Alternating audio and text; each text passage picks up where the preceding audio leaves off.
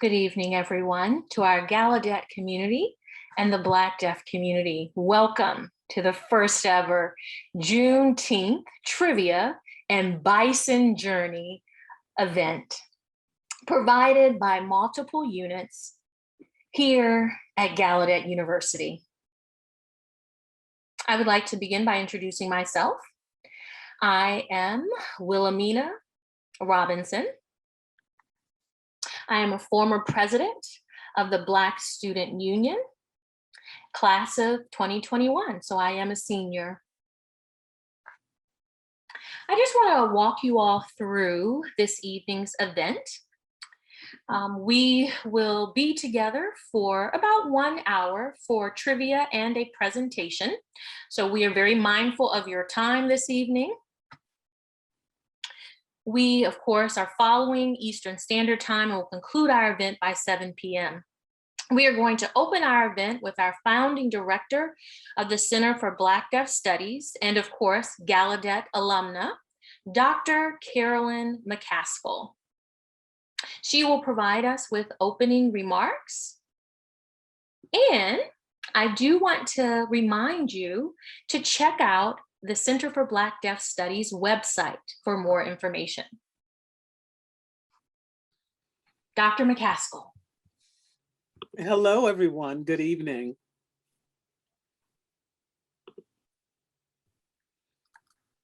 Hello, everyone. And I do hope that everything is okay with each of you all. I am Carolyn McCaskill.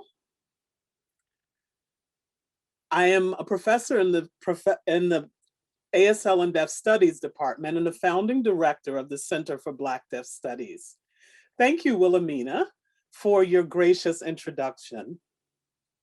And I want to let you all know that I am really, really proud of Wilhemina.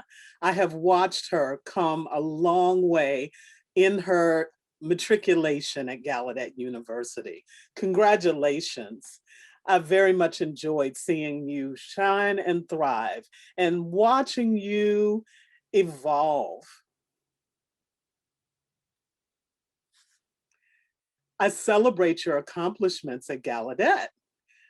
Hello to the entire community who's here today.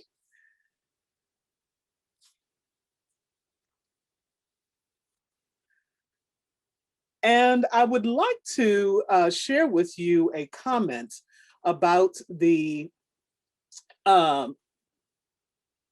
event that we are going to be celebrating.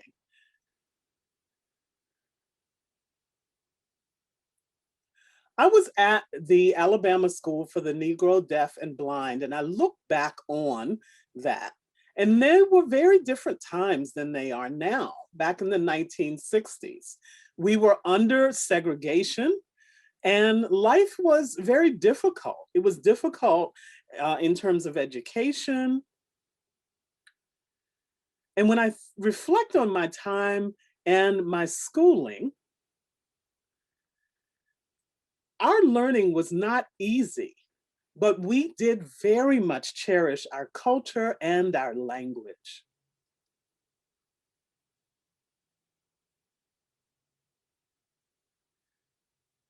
I grew up signing and learning sign language when I was 12 years old, was when I first started acquiring the language, and I fell in love with the language at that time. And many of the people, most of the people in my area were Black, but I didn't necessarily identify myself as a deaf person until I became a student at the deaf school. And that's when I started to cherish that aspect of my identity.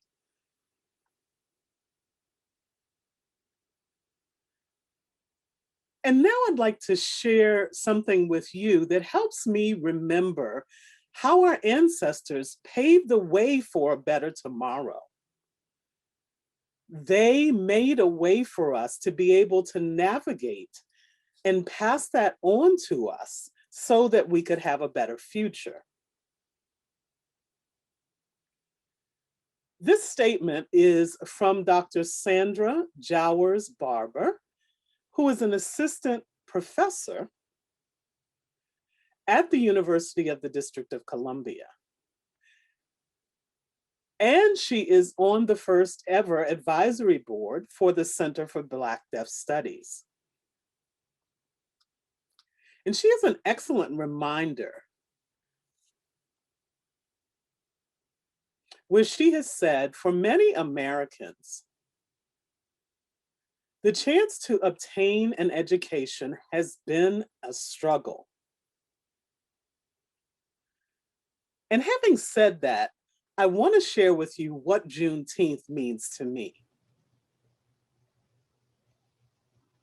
When I consider this, watching the news today, the televised news of our President of the United States signing into law to make Juneteenth a federal American holiday, I watched that in awe and wondered to myself, is this even real?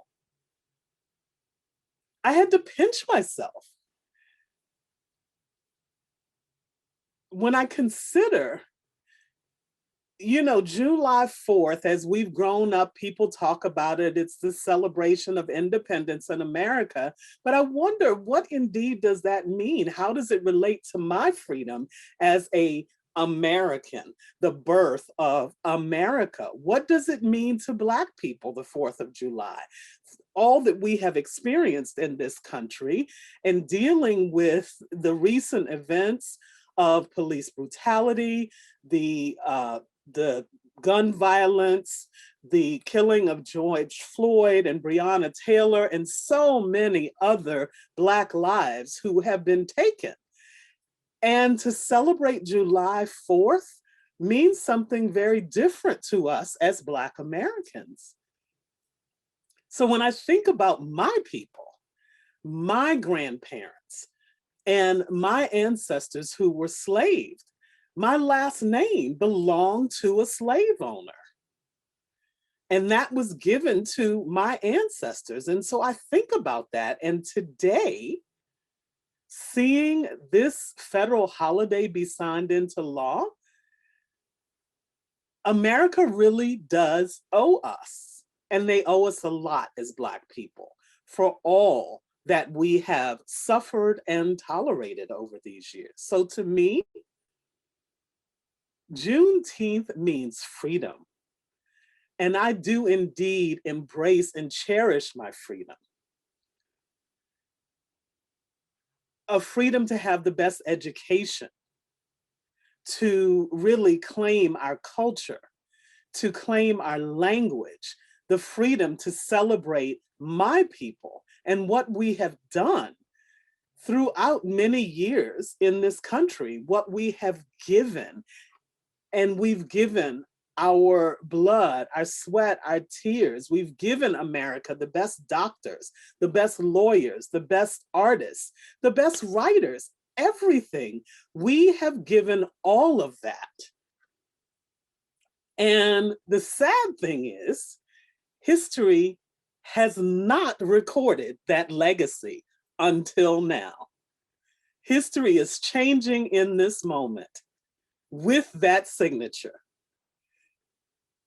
And learning about what's happened and the rich history that we have as a country, from this day forward, we can finally start to say,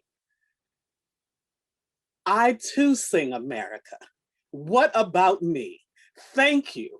I am grateful that Black people at this time have this moment to be able to celebrate and to know what is going to happen. Tomorrow is a federal holiday. So thank you, thank you, thank you. And I do hope that you enjoy this presentation. Much love to everyone.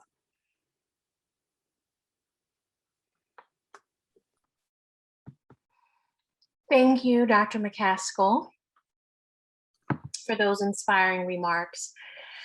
We do want to give an appropriate introduction to Yvonne Black, because she will now be sharing some of her experiences and memories as it relates to Juneteenth.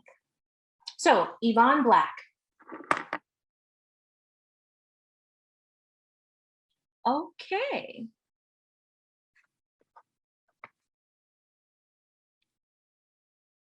All right, good evening, everyone.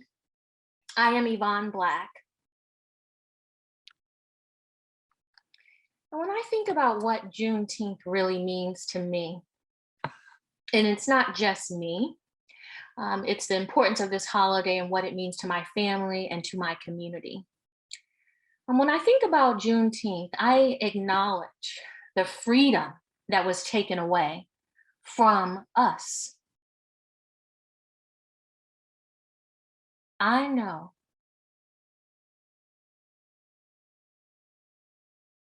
that we have to remember and acknowledge the past. And we can never forget the past. And so when we think about the meaning of Juneteenth, that freedom was stolen from us as a people. And so we are here to take back what was stolen. We are here to celebrate and also to celebrate with dignity, to acknowledge our ancestors who fought and died for us. And so I'm going to share a little bit more. I'll turn the program back over to you. All right, well, thank you, Yvonne Black, for those brief remarks. We certainly appreciate those opening thoughts. We now have a trivia game for all of you. I hope everyone is ready. We want to test your knowledge as it relates to the history and practices of Juneteenth. So please grab your phones and input the game pin so you can join us.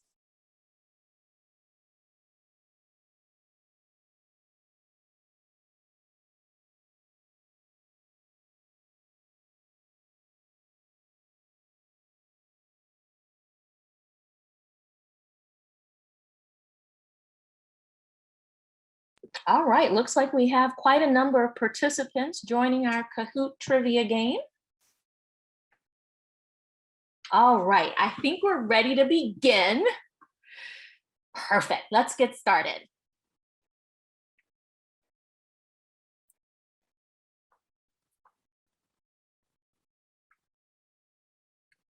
All right, so we do have a warm-up question for you so that you can kind of just test this out here. So the question is, how familiar are you with Juneteenth? Just go ahead and respond to the prompt.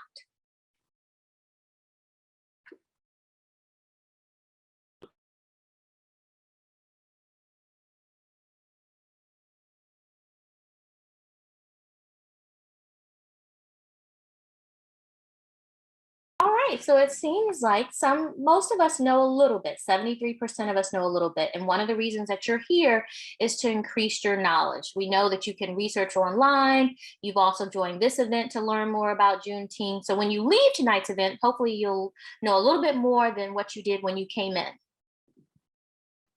All right, second question. When did you first hear or learn of Juneteenth?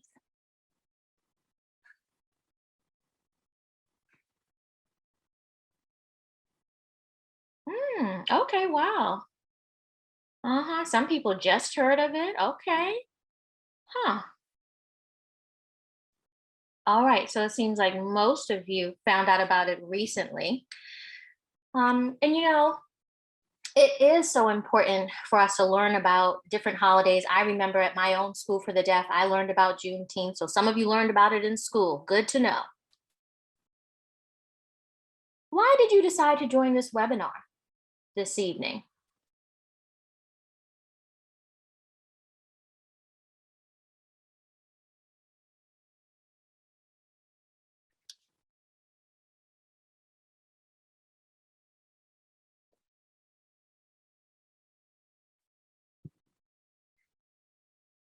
All right, so people said that they wanted to learn more about Juneteenth. Those were most of the responses.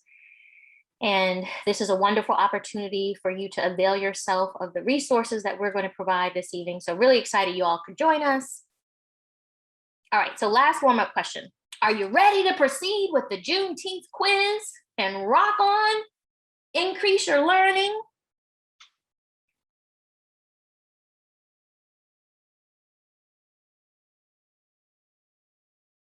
All right, resounding yes to that question. You are ready. You're ready to go. All right, quiz time. When did President Abraham Lincoln sign the Emancipation Proclamation?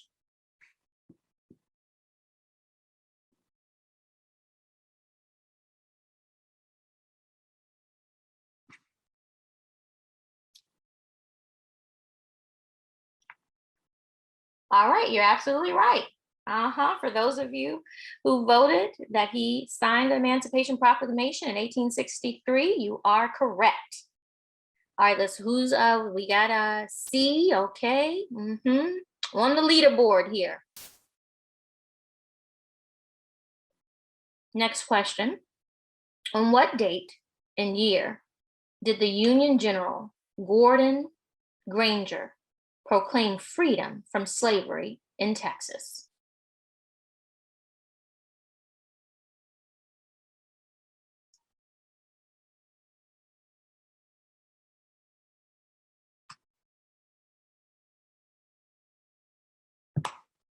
You're right. Yes, for those of you who said June 19th, 1865, you answered correctly. All right, scoreboard is changing there. I see that C is still in the lead, top scorer for us. All right, next question. Juneteenth is a portmanteau of the day and the month for when it is observed. So we have June plus 19th equals Juneteenth. True or false, folks?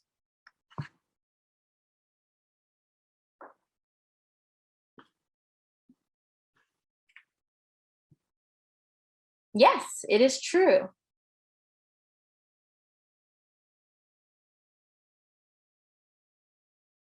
Next question. Juneteenth is also known as the following.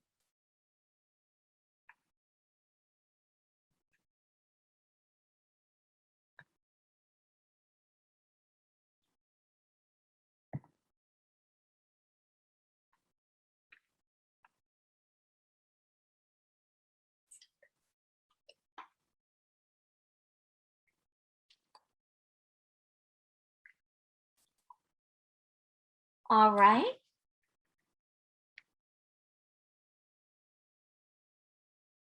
Next question. Which year did Gallaudet officially recognize Juneteenth as a holiday?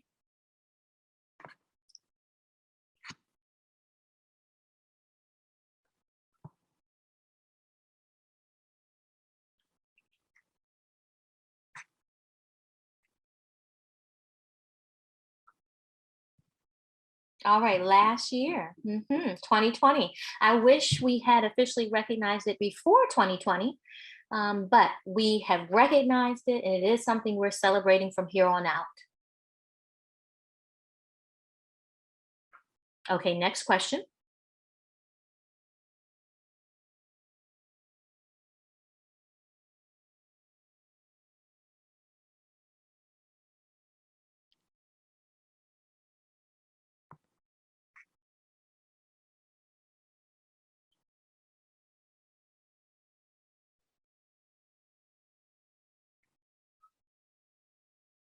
Yes, yes. So we see that sporting events and face paintings are not a part of Juneteenth celebrations. So it's wonderful for us to empower you as an audience to learn about exactly how Juneteenth is celebrated. Next question. Juneteenth is recognized as a national holiday. True or false?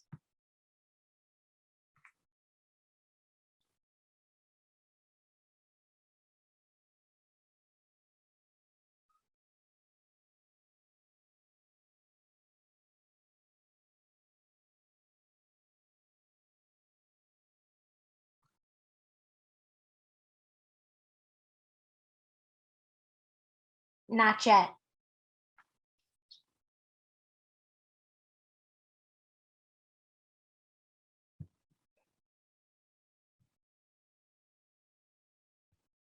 All right. Which of the following states has yet to recognize Juneteenth as either a state or ceremonial holiday?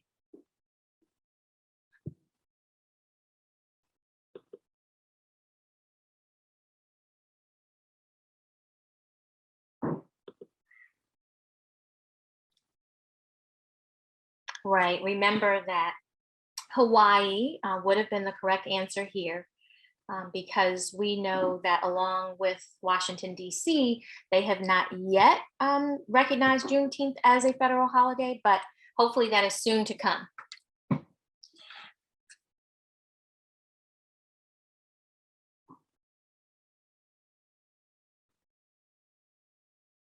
What state was the first to establish Juneteenth as a state holiday under legislation, and in what year?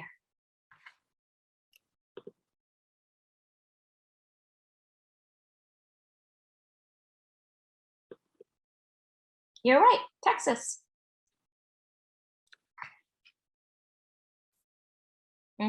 Next question.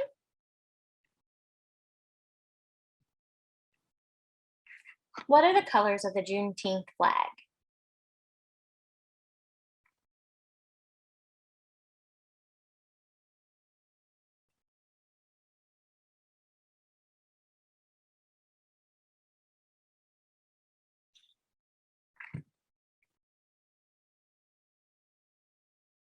Yes, you're right.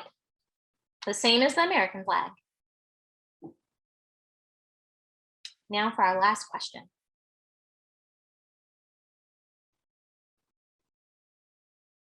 So the burst around the star represents a new beginning for African Americans of Galveston and the US.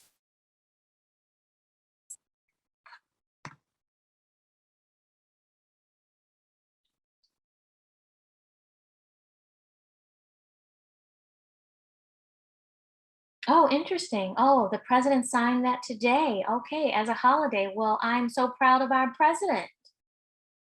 Yes, that's true. Okay, well, thank you, everyone. Good job. I hope you learned at least a little bit that you didn't know previously about Juneteenth and how it's celebrated. Now, who's first? Is that okay? Well, our fave is our winner today. All right. Well, I am now pleased to introduce to you all Richie Bryant. Richie Bryant, take it away.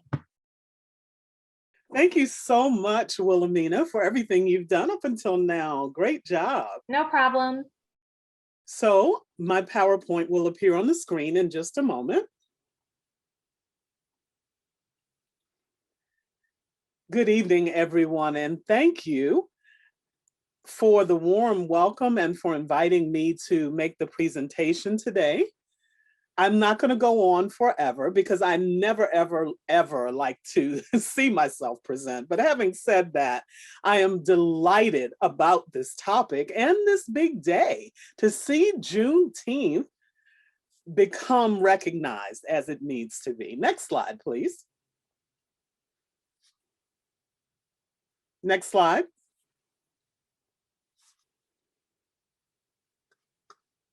The state of Texas is the reason why Juneteenth has become a celebration as we know it today. But at first, before I go into that history, I want to share with you who I am and the significance of Juneteenth to me and why I'm excited about it. I was born and raised in Texas, and I am a Texan, tried and true. I'm from Dallas, and understand that both of my parents are multi-generation Texans. We don't know exactly how many, but my dad was born near Central Texas in a city that the interpreter didn't catch that began with a W, Wortham, Texas, we believe it is. And it's about an hour east of Waco, Texas. So the correct city is Wortham, Texas, which is about an hour east of Waco. And that's where my father's side of the family is from. Now, my mom's side of the family is from Eastern Texas, from a tiny, tiny city named Marietta. And probably there are only about 100 people in that town that my mom is from, and probably about half of them are related to me. My grandmother had many, many children, plus there are many cousins and nieces and nephews. I have no idea how many of them there are. So today, again, I am a true Texan. So June 19th is something that I'm very familiar with, and it's appropriate that I have time to talk about Juneteenth. It is something that my family has celebrated for many years. Next slide, please. I can't see.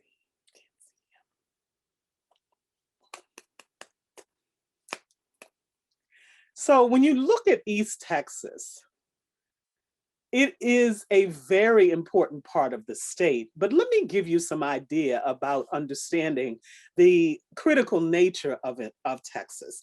If you look at this red part of the state on the eastern side,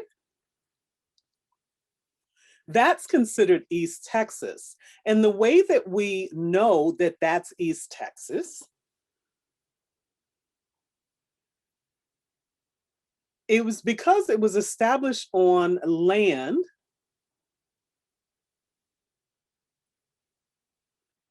the topography of that land in particular identifies it as Eastern Texas. It's different from the rest of the state. There are a variety of very tall trees that are there, pine trees that go on for miles and miles and miles that allow you to identify this part of the country very much as East Texas. There are forests full of green pine trees. And the land that is in that area. My grandmother's home is on one of the clay roads that's there. And the red clay that's in that area, as you're driving through it, it's like just having a bumpy ride. It's very, that part of the state is very iconic and known for the red clay roads. So when you look at it, if you look at the size of the Texas itself is huge. It's the second largest state in the Union. So people say Alaska and then California is in there, but Texas is the second largest state in the country. And if you look at the bottom of Texas, there is the Panhandle. And it's about 800 square miles, that part of the state. So if you look at it and understand from the top to the bottom of the state, it's quite a long road trip from the west to the east, the north to the south. No matter where you go, you will have to travel quite a while. It would require at least 11 to 12 miles to be able to travel and traverse the entirety of the state. So if you think about the city of Chicago, you would understand the size of this part of the state of Texas.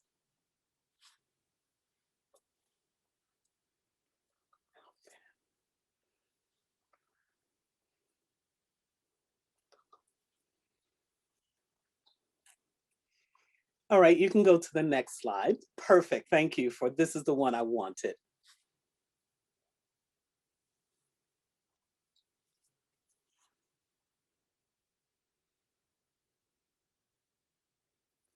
Now, when you look at this slide, what's significant about June 19th? People have thought it's not a national holiday, but as of today, it is. The White House, indeed, President Joe Biden signed into law a federal holiday recognizing Juneteenth today. And the last time there was a federal holiday that was signed into law before June 19th, does anybody know what that is? Who knows what the last holiday was? Dr. King's holiday, 40 years ago, was the last time we recognized the federal holiday. So now Juneteenth has been established as a federal holiday. So we've worked hard and fought hard to get here and have arrived. And the reason I'm talking about Texas is a big state, and the reason I want to acknowledge it, and the reason I've given you all of the history that I have, I'm sure you're wondering why Texas was the last place that enslaved people were freed. Abraham Lincoln actually signed the law and freed the enslaved people many, many years before. But one of the possible theories about people in Texas not knowing, there are a couple, but let me just share with you two. One of them was that the messenger was supposed to come on horseback and share the information about the Emancipation Proclamation, but people have said that the messenger may have been killed. Another theory about why word didn't get to Texas for such a long time is that once the slave owners learned that President Lincoln had freed the enslaved people, they did not want to do it. And they said that Texans couldn't read and write and just decided to keep the message to themselves because the slave owners believed that the Black people were not literate and wouldn't have access to the information. And so the slave owners decided that they were going to perpetuate slavery and not allow freedom to happen. But at some point, people realized that they had been working and toiling in the fields, and eventually they were allowed to become free. They were working for their freedom and to try to achieve and purchase their freedom. But then when the messenger finally arrived to the state of Texas to say that the enslaved people had been freed, in Galveston, I remember people in San Antonio. Now, that city, San Antonio, by the way, there was a lot of confusion between San Antonio and Galveston, the way they're signed. But anyway, let me get back to the story. So, back to this second theory. There was a famous historic moment. And there was a deaf person who graduated from the Black Deaf Orphan School named Leroy Colombo. And there was a marker for his gravesite where people from Galveston would often go. So now let me get back to June 19th anyway. June 19th, Juneteenth, there was a flag that was established. And people decided they wanted to use the red, white, and blue flag, but they also said that they were Black people and they were American citizens. And they said, no, we are Americans and we need to be represented on this flag. And that's the reason behind the coloring of the flag, because people wanted to make it other colors, but the people who were Black said, we are Americans as much as anyone else, and we want to claim our red, white, and blue flag. And the reason the star was placed there the way it was because there was a motto. And they added this diagram around the flag to really boldly state the freedom, the Lone Star of the city, the state that is Texas. So that's the sunburst that you see with that Lone Star for the state of Texas representing the flag.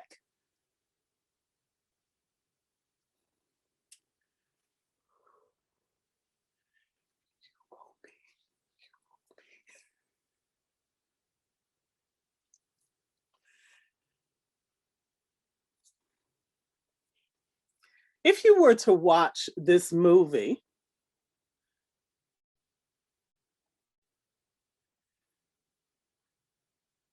I don't know if this is the correct way to sign hi, but anyway, it's called High on the Hog. And this film talked about how African American and the cuisine of African Americans changed and transformed this country, the influence of it, and how enslaved people created cuisine that changed this country. However, our history has long since been swept under the rug, as we know. But if you were to watch this film, I suggest strongly that you take time to watch it, because what is you're learning in this film, as you see in this picture, there's a brisket there. And there again is a connection that was started by African Americans because of the flavor of the brisket. And it came from East Texas. East Texas had its own process of working with the meat and doing what it needed to be done, preparing it, firing it, and grilling it such that the brisket took on a flavor of its own. And many people would cook meat and barbecue it and slather it with all kinds of sauces and things, but Black people said the meat on its own was fine. It didn't need these sauces. And they said that if you wanted it, you could have some sauce on the side and put on it yourself. But the chef and the person who actually made the meat, they did not do that. So me from East Texas, I always wondered why it was like that. But now I knew it was once I learned more from this film.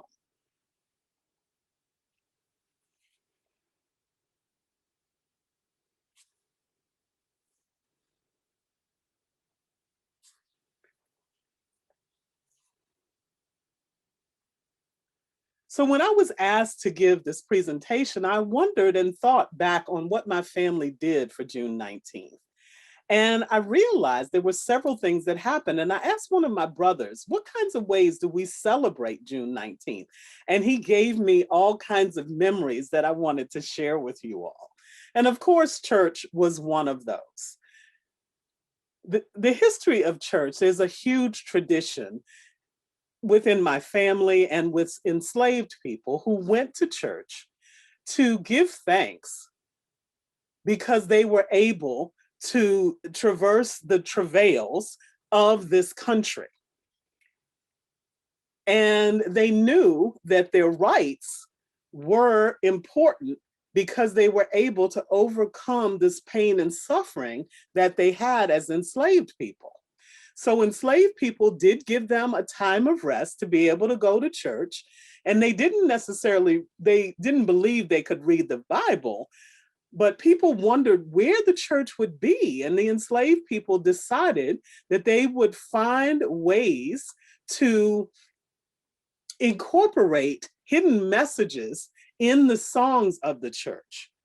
So they expressed themselves through songs, and they would often share what things needed to happen. Different political messages and different social cultural messages were embedded and intertwined into the lyrics of the church. And it was a gathering space for the Black community to come together to celebrate and renew themselves. It was the bedrock of that community. It gave them time to be able to celebrate and get together. Now, many Black people lived in these communities and celebrated together in those communities. If you look at the second picture here, of course, I can't talk without sharing about food because it's such a huge, important part of Black culture. What we eat, all of our celebrations, and there is one specific rule that everybody has to pay homage to. If you see red, it means it's the sign of blood. The sign of enslaved people having been beaten and bled for our rights and the suffering that we went through. So that always is something that really has been a part of who we are. Often when people drink soda, they'll drink red soda. If they have sauce, they'll have red sauce. If they have ice cream, it'll be strawberry. Barbecue sauce is going to be red. And understand, if you put the barbecue sauce on meat or whatever else, it's going to be red. So the symbolism of the red keeps people in mind. The strawberries are red. We have to tie our food to the color red. And that is a huge part of the Juneteenth celebration and the food that we use during that celebration. Next slide.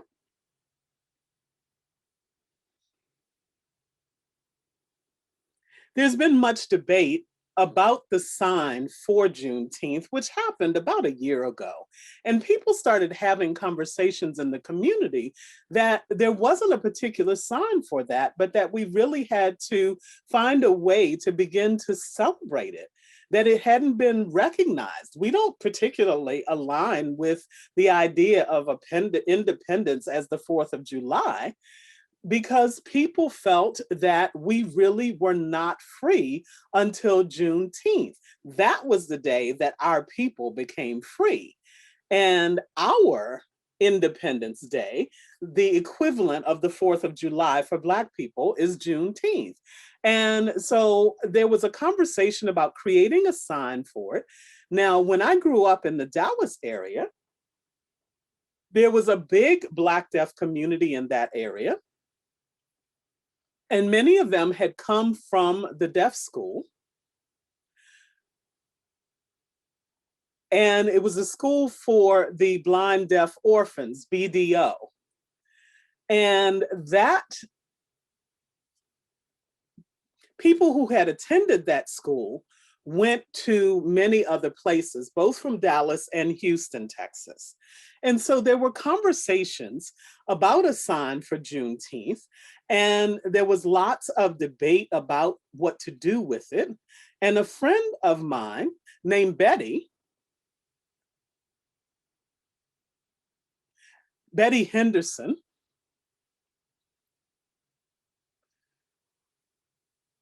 she and her family are Houstonians. And they had a conversation. One of her uncles, who was very old and who had graduated from BDO, talked about Juneteenth.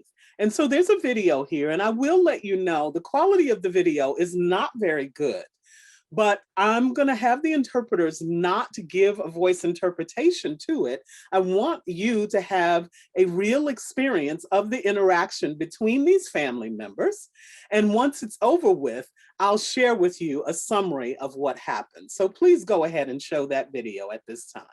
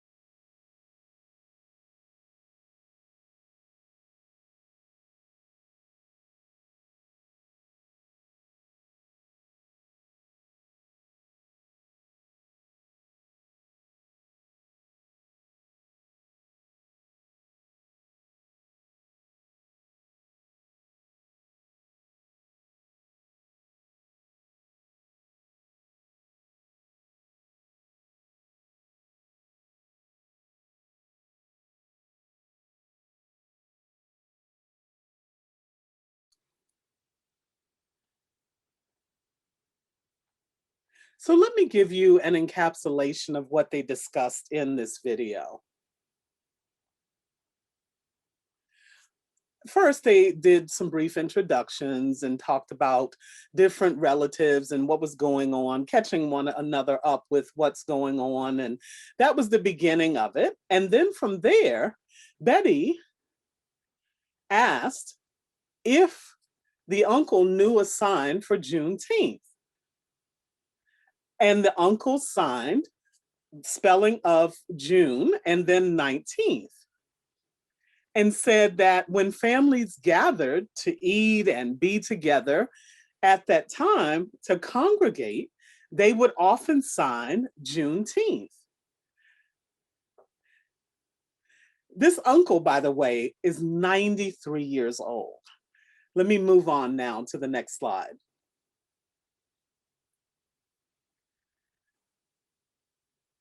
Because this event is an alumni supported event, again, we have to give recognition to the family and friends who are from BDO, the Blind Deaf Orphan School in Texas.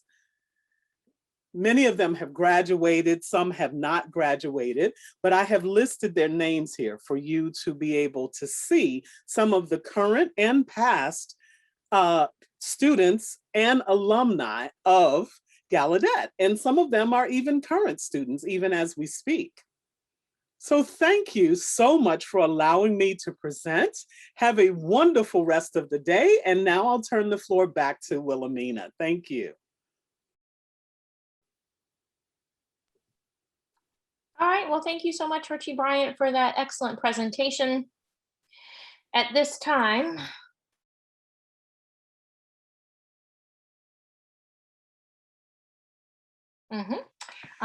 I feel so enriched just hearing from Richie Bryant and from Carolyn, from Yvonne, their remarks regarding Juneteenth. It has certainly been an inspirational evening for me. I think this was a fantastic event. I'm so happy that I was able to be a part of it, and I'm looking forward to celebrating Juneteenth. Before I bring Yvonne back for her closing remarks, I did just want to remind all of you that we're asking you to sign the anti-racism pledge. We hope that you will be brave enough to want to sign on to the anti-racism pledge for our community. And as you're thinking about, what can I do as one person? We do have the Bison Journey, which is going to be a collaboration between DEDI and several other departments on campus. Hopefully I haven't forgot anyone in the community, but CB, the Center for Black Deaf Studies, of course, is co-sponsoring this, but this Bison Journey is actually going to be a 3-month step competition or walking competition, where the goal is for you to get up to 6,191,865 steps. And that number is for 6/19/1865. It will go from June 19th all the way to September 19th. And of course, this symbolizes the struggle of the enslaved Africans who finally won their freedom from slavery, June 19th, 1865. So this is designed as a team competition. So you can get together a team and you all can walk approximately maybe 11,000 steps per day for the 3-month time frame. And then you should hit the number of steps that is required for this step competition. And again, we are expecting that this will go through September 19th. You can swim, you can run, you can bike, you can walk to hit those steps. Do keep in mind that you can use an activity tracker on your smartphones, or if you have a smart watch. If you have any questions or concern about this activity, or you want more information, you can check online for that. All right, so I'm going to go ahead and turn it over to Yvonne. Hello. All right. Are we good to go here? Give me one moment. All right. Hello, everyone. We know in Black culture, it's rare for us to finish on time. So we're going to close it out here with my remarks. You know, when Abraham Lincoln signed the Emancipation Proclamation saying that the slaves were freed, remember that was in 1863, but that information was withheld, particularly in the South, right? It was not shared. In the North, it was celebrated, it was announced, it was shared with the community. So then by the time this information trickled down in 1865, remember we had the Civil War, and like Ritchie Bryant mentioned, you know, slave owners were thinking about their pocketbooks, right? Their bottom line.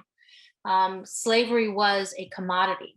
And so as Carolyn mentioned, we have to remember that there were folks who had to fight for the freeing of the slaves. And so as we think about the fact that finally, June 19th, that information came to Texas, we know that they had not been informed that the war was over, that they had actually been freed. So just imagine what that must have felt like, that there was this process and the fact that that information could no longer be hidden. It could no longer be a secret. And so from that point forward, you know, we have had to come up with these themes of freedom. And we know we move from the period of slavery to a period of sharecroppers, and then, you know, the 40 acres and a mule. And so there were all these promises of America that did not allow African Americans and the descendants of the enslaved people to actually experience true freedom. As we think about the civil rights movement, Jim Crow, segregation, there were so many travails that African Americans have had to get through in this country to experience true freedom. And so Ritchie Bryant mentioned the importance of the church to the Black community, of food to the Black community, that even in the midst of struggle, even in the midst of travail, you still were able to find a place of comfort and solace through the church, where your soul could be ministered to. It was a place to engage. It was a place of grace, a place of hope. It was a place of mercy, a place to be purified. And then when we talk about our food, and this is why we call it soul food, and that is because this is food that was even a form of communication for us, right? We had macaroni and cheese. We had black-eyed peas, and black-eyed peas are associated with good fortune. We had, you know, chicken wings. And so you could keep those chicken bones, and then when you were escaping from slavery, you would throw the chicken bones to the dogs to get them off your scent so that you could safely escape to the north. And so even though we have been deprived educational opportunities, we were not given the opportunity to learn to become literate, we still had the power of oral stories. And so this power of storytelling and oral storytelling throughout each generation being a means of communication and education within our community. And so I want you all to really think about the fact that Juneteenth is a holiday to be celebrated. And we now have the opportunity to have that day off. But it really is a day off that comes on the backs of Black people suffering. And so it's not something that we asked for, but that we fought for with dignity, knowing that God's grace is always with us. Now, if you notice our family heritage and some of the traditions that we're passing down to our children, my grandmother, my great-grandmother, you know, they had 20, 18 children. And that was because during the time of enslavement, your children were stolen from you. Families were forcibly separated from one another. So I want you all to give that some thought this evening. Consider what you can do on this day off, because it's not just a day off to sit at home and catch up on Netflix or take a nap. It's really a day on to do something, to right the wrong. And so I challenge each and every one of our audience members to support Black-owned businesses on Juneteenth. Donate to Black organizations. For example, the Center for Black Deaf Studies, the Kindle Memorial Project. Donate to a Black organization. Go and serve the homeless. So really think about how you can spend your Juneteenth. It's not just you enjoying the benefits at our expense. It's really looking to our entire community's gain. And so I do have a quote that I want to share with you at this time.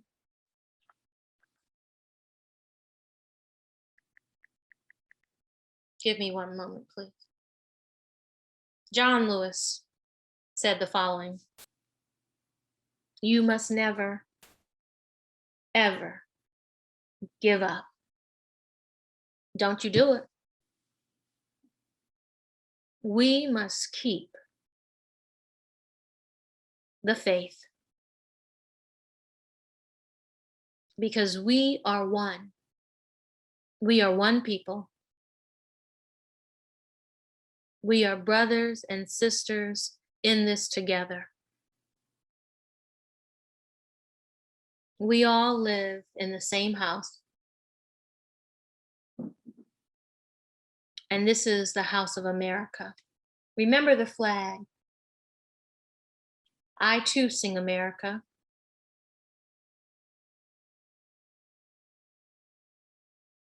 Remember when Colin Kaepernick took a knee during the national anthem at football games? You know, that national anthem talks about freedom, but at whose expense? Who was really free? And so now we think about our Black national anthem. Michelle Obama said that Juneteenth is an event that has such a rich history. We've been waiting for this, and we still have to find something to celebrate. So even though the story may have been changed, edited, misinterpreted, Black folks have still persisted. They have marched, they have fought for every bit of ground to get us to freedom. And our story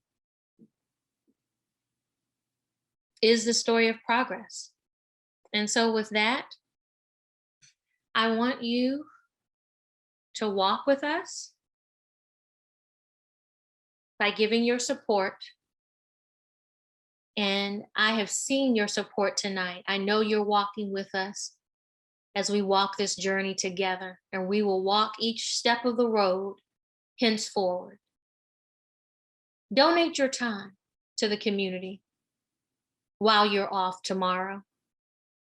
Peace out.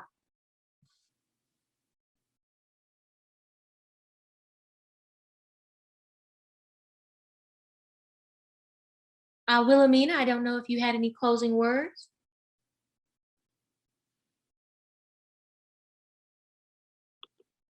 All right. Okay, well, I guess, okay, we're wrapping up. We're wrapping up our program then. And Wilhemina, I did think you had some closing remarks, but if not, maybe this brings our program to a close. Have a good evening, everyone. Use Professor Google and learn more about Juneteenth. All right, take care. And I don't know if our other folks on the planning team want to pop up at this time just to tell good night, tell the audience good night. Everybody pop on up. Give a shout out, give a wave. Thank you. All right. Yes, our MC, the people, the audience.